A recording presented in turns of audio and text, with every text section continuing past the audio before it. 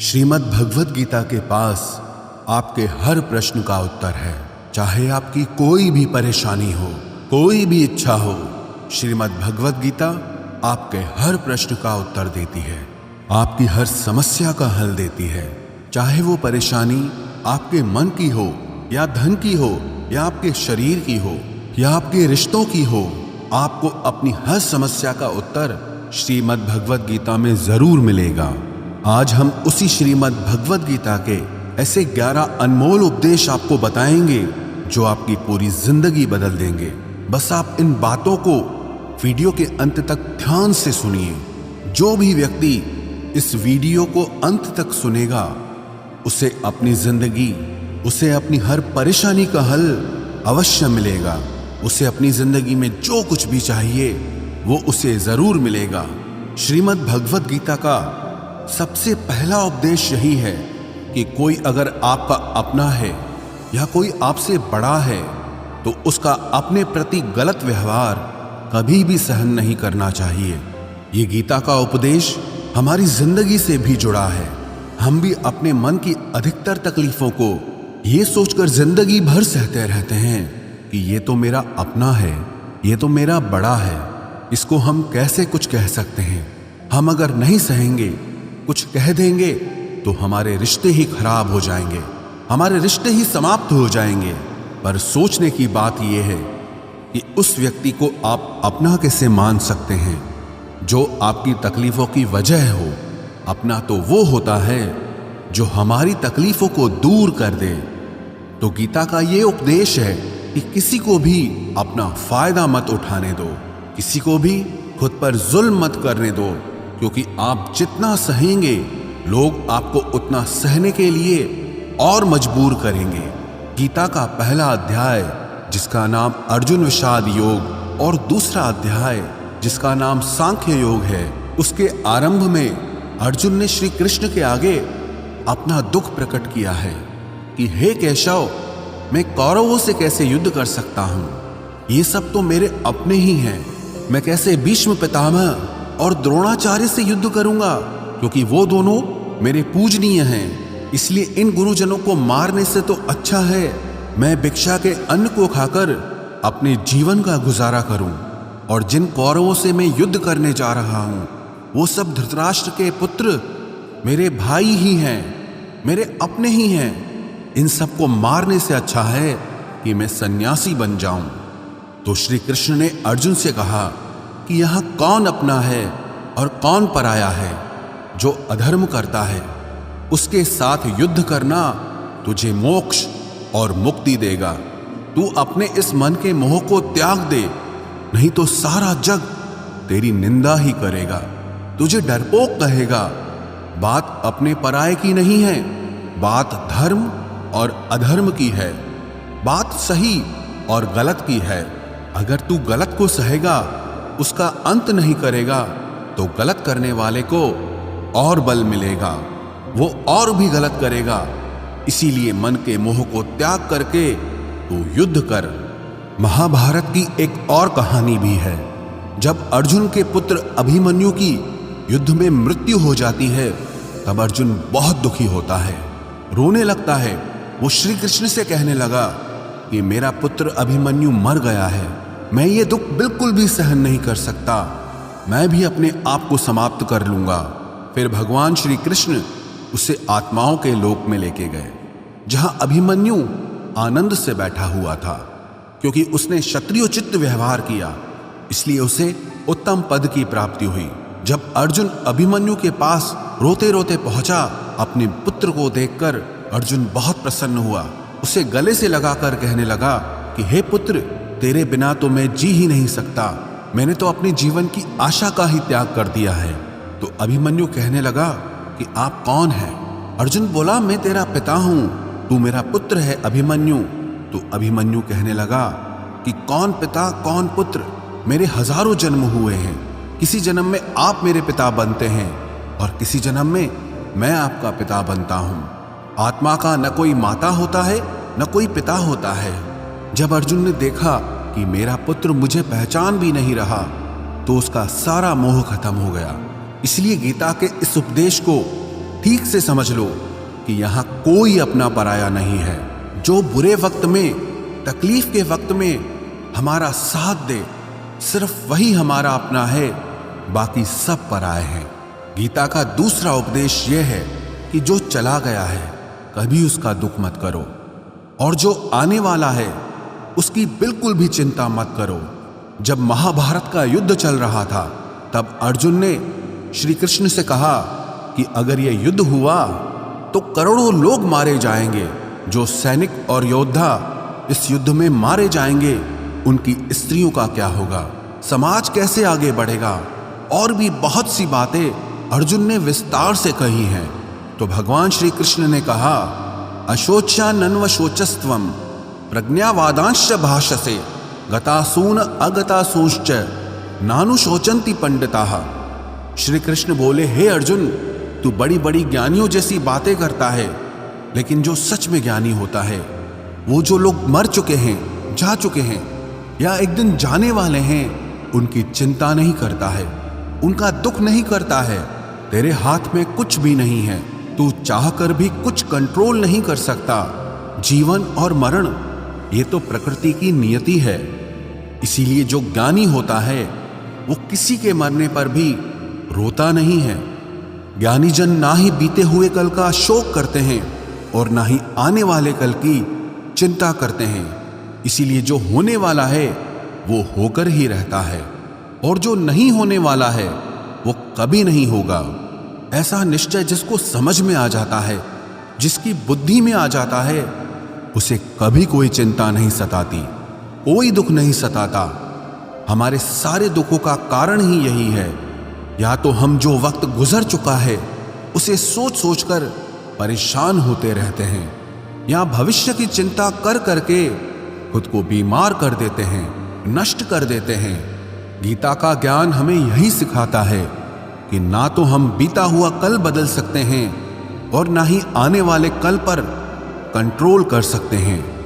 हमारे हाथ में सिर्फ वर्तमान है, सिर्फ आज का ही पल है। हमारा 98% तनाव और चिंताएं भूतकाल और भविष्यकाल के बारे में सोचते रहने से होता है। हम हमेशा उसी में ही जीते रहते हैं, मगर वर्तमान में कभी नहीं जीते, इस पल को कभी नहीं जीते। जब आप वर्तमान का पूरा आनंद लेना सीख जाओगे, तभी आपकी जिंदगी से तनाव कम होगा, चिंताएं खत्म होगी। वर्तमान में जीना एक बहुत बड़ी उपलब्धि है। हमारे हाथ में भी सिर्फ आज का ही पल है। हमें जो भी करना है आज ही करना है। कभी भी ये सोचकर समय को नष्ट नहीं करना चाहिए कि अभी मेरे पास बहुत समय बचा है। एक गुरुजी ने अपने एक शिष्य को पारस का पत्थर दिया। उनका वो शिष्य बहुत आलसी था, हर काम को कल पे टाल देता था। तो गुरुजी ने उससे कहा कि मैं तुझे ये पारस पत्थर दे रहा हूं। इस पारस पत्थर से जब तू लोहे को स्पर्श कराएगा तो वो लोहा स्वर्ण बन जाएगा, सोना बन जाएगा। और ये पारस पत्थर मैं तुझे 1 महीने के लिए दे रहा हूं। जब 1 महीना समाप्त हो जाएगा तब मैं तुझसे ये पत्थर वापस ले लूंगा। तब तक तू इस पत्थर को अपने पास ही रख। गुरुजी का वो शिष्य बाजार में लोहा खरीदने के लिए गया। जब बाजार में वो लोहा खरीदने पहुंचा तो उसे लोहे का वो रेट बहुत महंगा लगा। उसने कहा थोड़े दिन रुक के ले लूंगा, जब लोहे का रेट कम हो जाएगा। पर उसकी बुद्धि में ये बिल्कुल नहीं आया कि इस लोहे को मैं सोना बनाकर बहुत अधिक धन बना सकता हूं। लेकिन उसके मन की सुस्ती, उसके मन का आलस्य, उसकी वजह से उसने उस काम को कल पे टाल दिया। ऐसे ही करते करते पूरा महीना समाप्त हो गया। फिर गुरुजी उस शिष्य के पास आ पहुंचे कि बताओ तुमने कितना सोना बनाया। शिष्य बोला कि मैंने तो अभी सोना बनाना शुरू भी नहीं किया। तो गुरुजी ने कहा मुझे मेरा वो पारस पत्थर वापस चाहिए। शिष्य बोला कि नहीं, मुझे थोड़ा वक्त दीजिए, मैं थोड़ा सोना बनाना चाहता हूं। गुरुजी ने कहा कि ये पारस पत्थर पूरा 1 महीना तेरे पास था, पर तू कुछ नहीं कर पाया, लेकिन अब समय समाप्त हो चुका है। ऐसे ही ये हमारा जीवन है, हमारी जिंदगी है, और ये समय ही पारस पत्थर है। हम समय के एक एक पल से अपने जीवन को सोना बना सकते हैं, लेकिन हमें ये लगता है कि हमारे पास बहुत समय बचा है, एक दिन जिंदगी को जी लेंगे, एक दिन जिंदगी में खुश हो जाएंगे।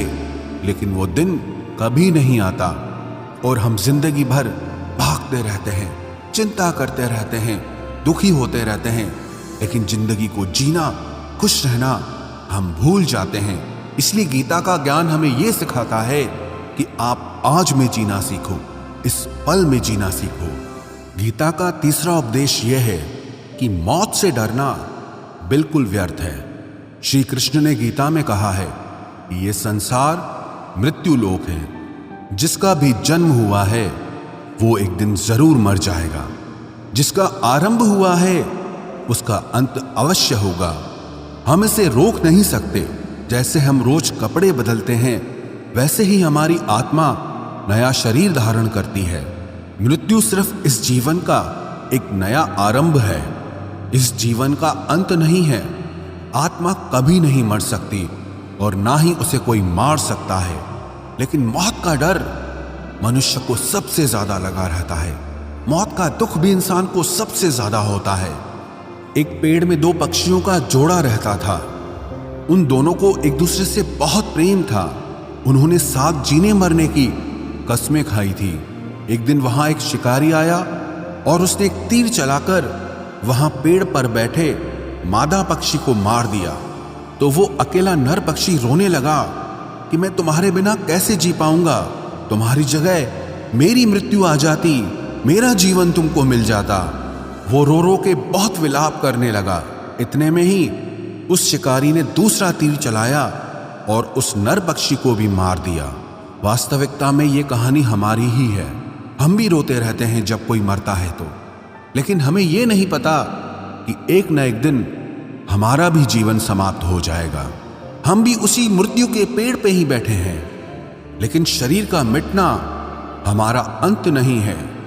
श्री कृष्ण ने अर्जुन से कहा कि हे अर्जुन, तेरे और मेरे अनंत जन्म हुए हैं, तुझे कुछ भी याद नहीं है, लेकिन मुझे सब याद है। जो व्यक्ति इस सत्य को समझ ले कि मैं यहां इस संसार में कुछ समय के लिए आया हूं, उसकी जिंदगी के सारे झगड़े, सारे दुख, सारी चिंताएं ही समाप्त हो जाएंगी। जब इस संसार से जाना ही है तो दुख किस बात का। पहले के जमाने में साधु महात्मा लोग पैदल यात्रा करते थे। यात्रा करते करते वो एक नगर में पहुंचे। वो महात्मा बहुत थक चुके थे। उस नगर में उन्होंने एक महल देखा और उन्होंने उस महल में जाकर विश्राम करने का सोचा और वो महल में जाकर सो गए। जब उस महल में वहां का राजा पहुंचा तो अपने पलंग पर उस महात्मा को सोता देखकर बहुत हैरान हो गया। राजा उस महात्मा से पूछने लगा कि तुम मेरे महल में कैसे घुस आए और मेरे बिस्तर पर सो रहे हो। महात्मा कहने लगा, ये तुम्हारा महल है, मुझे तो लगा ये धर्मशाला है। तो राजा ने कहा, आपको मेरा महल धर्मशाला कैसे लगा? तो महात्मा ने राजा से प्रश्न किया कि तुमसे पहले इस महल में कौन रहता था? तो वो राजा बोला कि मुझसे पहले मेरे पिता यहाँ पर रहते थे और उससे पहले मेरे दादाजी यहाँ पर रहते थे। तो महात्मा ने फिर प्रश्न किया कि क्या तुम इस महल में हमेशा रहोगे या तुम्हारे बाद कोई और रहेगा? तो राजा कहने लगा कि मेरे बाद मेरा पुत्र इस महल में रहेगा। तो महात्मा राजा से कहने लगे कि जिस जगह पर रहने वाले बार बार बदल जाते हों उसे घर कैसे कह सकते हो? वो तो धर्मशाला ही है। इसीलिए तेरे महल को धर्मशाला समझकर मैं इसमें रात बिताने के लिए आ गया। धर्मशाला जान जग को, जीव सब मेहमान है, मोह किससे मत करो, सब स्वप्न का सामान है। यदि हम भी इस बात को समझ लें कि हम यहाँ कुछ समय के लिए आए हैं, आनंद करने के लिए आए हैं, खुश रहने के लिए आए हैं, तो हमारे सारे दुख ही समाप्त हो जाएं। जब हम अपना मोह यहाँ जमा लेते हैं, अपना दावा यहाँ जमा लेते हैं कि ये मेरा है, इसे मैं छोड़ नहीं सकता, इसके बिना मैं जी नहीं सकता, तो हमारा जीवन दुखों से भर जाता है।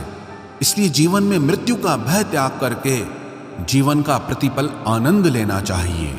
गीता का चौथा उपदेश, मन और विचारों को कंट्रोल किए बिना जीवन में कभी शांति और सुकून मिलने वाला ही नहीं है।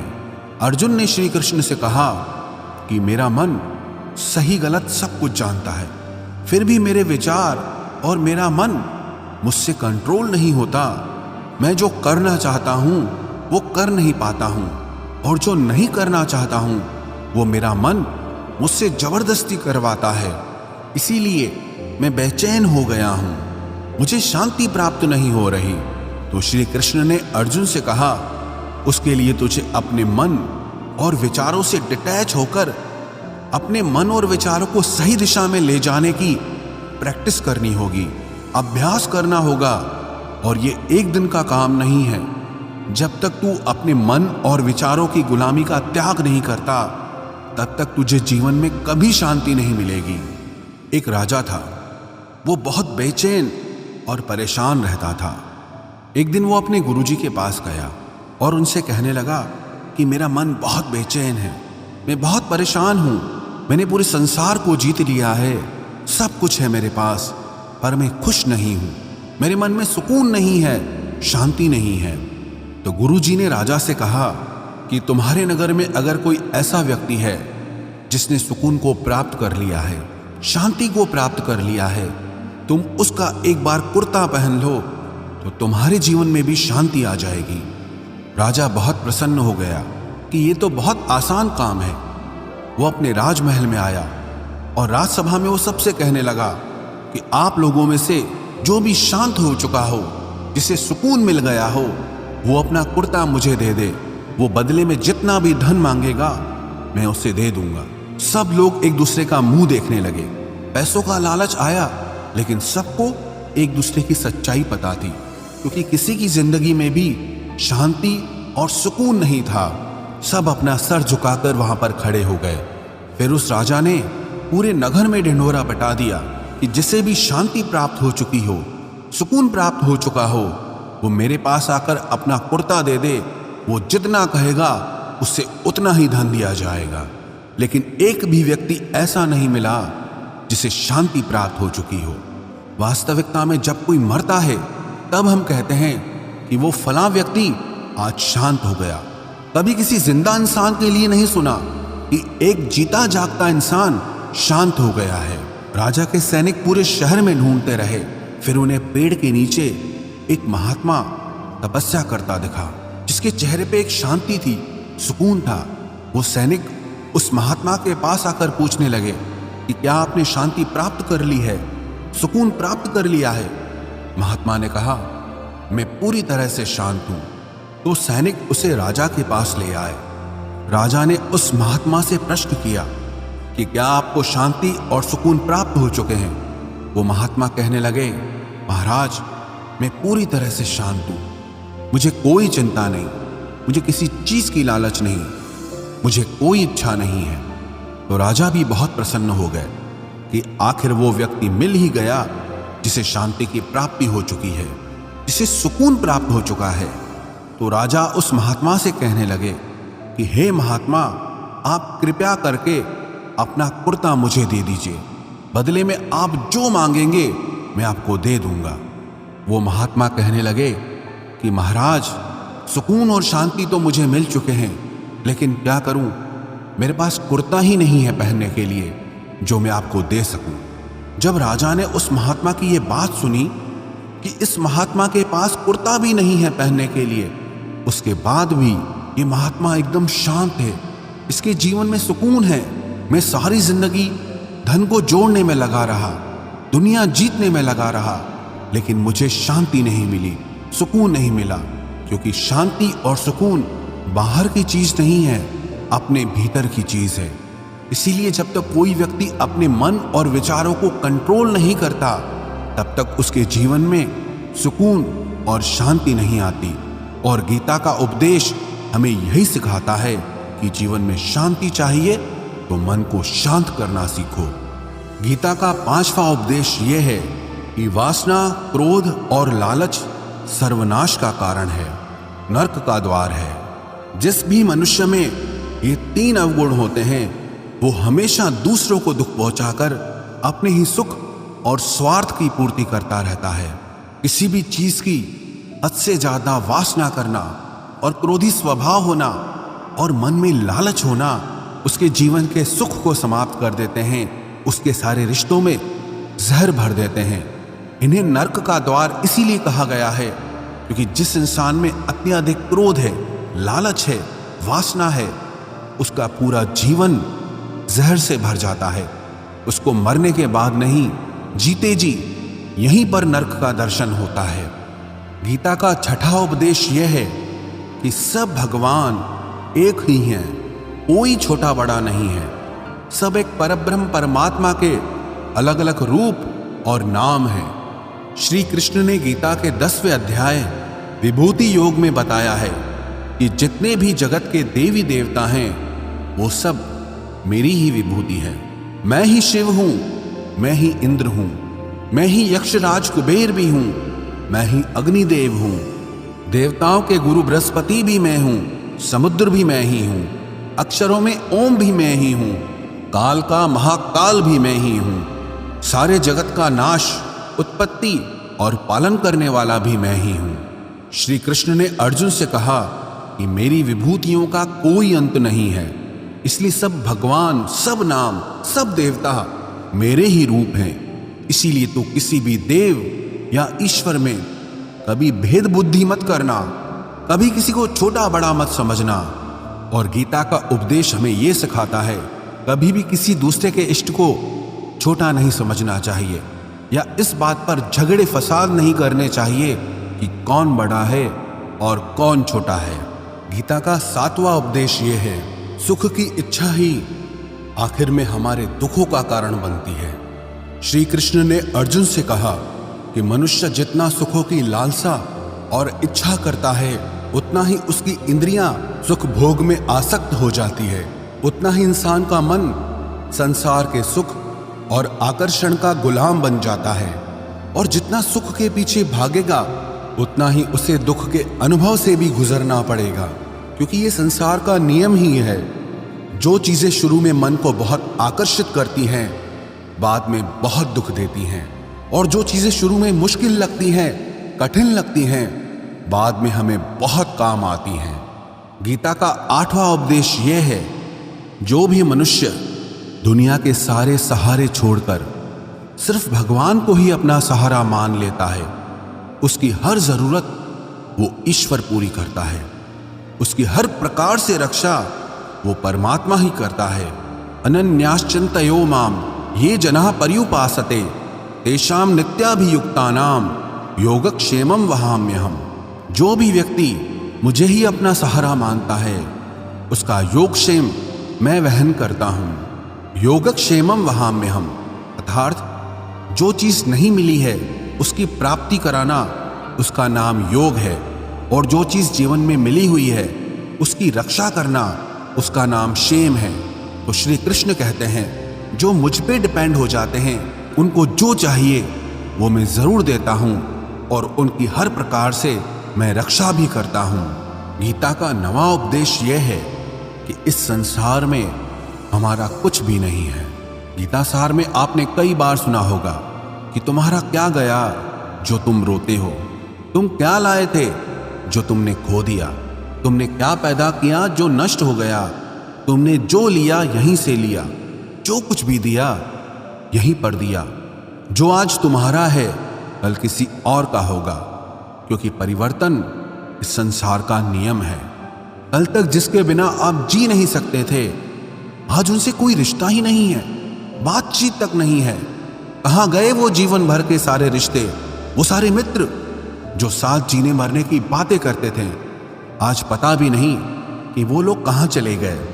ये संसार परिवर्तनशील है, सब लोग यहाँ बदल जाते हैं, हर रिश्ता बदल जाता है, और तो और ये हमारा शरीर भी हर दिन बदल रहा है। बचपन से जवानी, जवानी से बुढ़ापा, और एक दिन ये शरीर हमारा साथ छोड़ देता है। तो किसके लिए रोना और किसकी चिंता करना।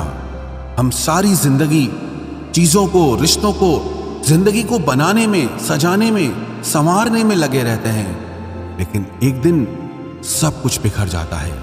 सारी जिंदगी जिस संपत्ति, जिन रिश्तों के लिए हम लड़ते रहते हैं, एक दिन सब कुछ छोड़ करके हमें इस दुनिया से जाना पड़ता है। गीता का 10वां उपदेश हमें यह सिखाता है कि किसी से भी हद से ज्यादा मोह कभी मत करना।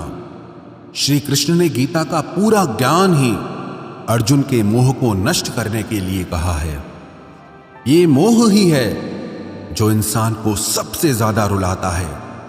मोह इतना बलवान है कि शेर जैसे इंसान को भी गीदड़ बना देता है। जो अर्जुन युद्ध में देवताओं से भी जीत गया, पर अपने रिश्तेदारों को युद्ध में देखकर उसका हाथ कांपने लगा। वो बोला, हे केशव, मेरे हाथ में धनुष पकड़ने की ताकत भी नहीं बची है, मेरे हाथ कांप रहे हैं, मैं युद्ध नहीं कर पाऊंगा। ये मोह इतना पेनफुल होता है जिसकी पीड़ा ना सह पाने के कारण कई लोग अपनी जिंदगी खत्म कर देते हैं, आत्महत्या तक कर लेते हैं कि उस व्यक्ति के बिना हम जी नहीं पाएंगे। जीवन में किसी से भी हद से ज्यादा मोह करोगे तो जीवन भर पीड़ा का ही सामना करना पड़ेगा। जो व्यक्ति अपने मोह से बाहर नहीं आता, उसका सब कुछ उससे छिन जाता है, उसकी सारी खुशी खत्म हो जाती है।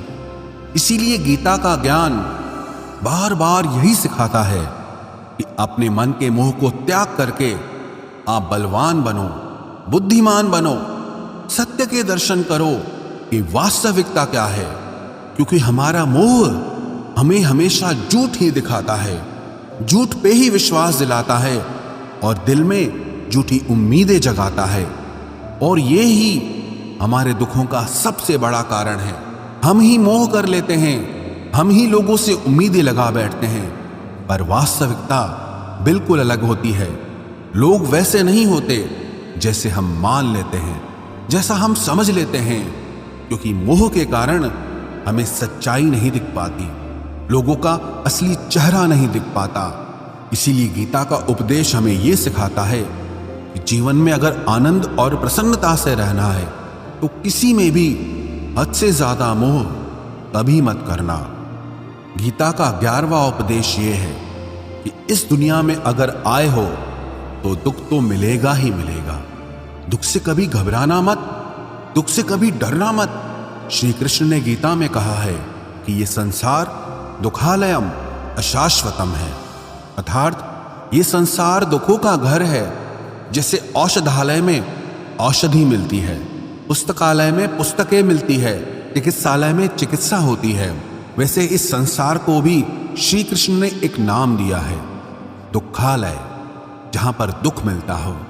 दुख तो यहां हर किसी के जीवन में आता ही है, लेकिन अगर दुख आया है तो सुख भी आएगा। इसीलिए दुख से कभी डरना नहीं चाहिए, क्योंकि ये संसार दुखालय भी है और अशाश्वत भी है। अशाश्वत का मतलब ही यही होता है कि यहाँ परमानेंट कुछ भी नहीं है, यहाँ सब कुछ बदल जाता है। दुख सुख में बदल जाता है और सुख दुख में बदल जाता है। सम्मान अपमान में और अपमान सम्मान में बदल जाता है। खुशी दर्द में और दर्द खुशी में कभी भी बदल जाती है। जीत हार में और हार जीत में यहाँ कभी भी कुछ भी बदल सकता है। कुछ भी परमानेंट नहीं है, ना ही हम परमानेंट हैं, ना ही हमसे जुड़ी कोई चीज यहाँ पर परमानेंट है, क्योंकि ये संसार अशाश्वत है, शाश्वत नहीं है। यहाँ सब कुछ बदलने वाला है, यहाँ कुछ भी परमानेंट नहीं रहेगा। तो आपका दुख भी परमानेंट नहीं रहेगा, इसीलिए दुख से कभी भी डरना नहीं चाहिए। गीता का ये उपदेश हजारों साल पुराना है, लेकिन आज भी नए से नया है। पूरे विश्व में गीता को सबसे ज्यादा पढ़ा गया है और सबसे कम समझा गया है। श्रीमद् भगवद गीता के ये उपदेश अगर कोई व्यक्ति ठीक से समझ ले और उसे अपनी जिंदगी में उतार ले, तो ये पक्की बात है, वो अपनी जिंदगी में जो चाहे वो हासिल कर सकता है। अपने जीवन की हर समस्या से वो एक पल में बाहर आ सकता है।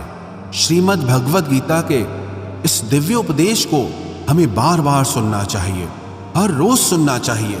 जब भी जीवन में कोई चिंता या परेशानी आए तो एक बार इस उपदेश को जरूर सुन लेना और मन में ये विश्वास रखना कि गीता का ये उपदेश आपकी जिंदगी की हर परेशानी में आपको राह अवश्य दिखाएगा।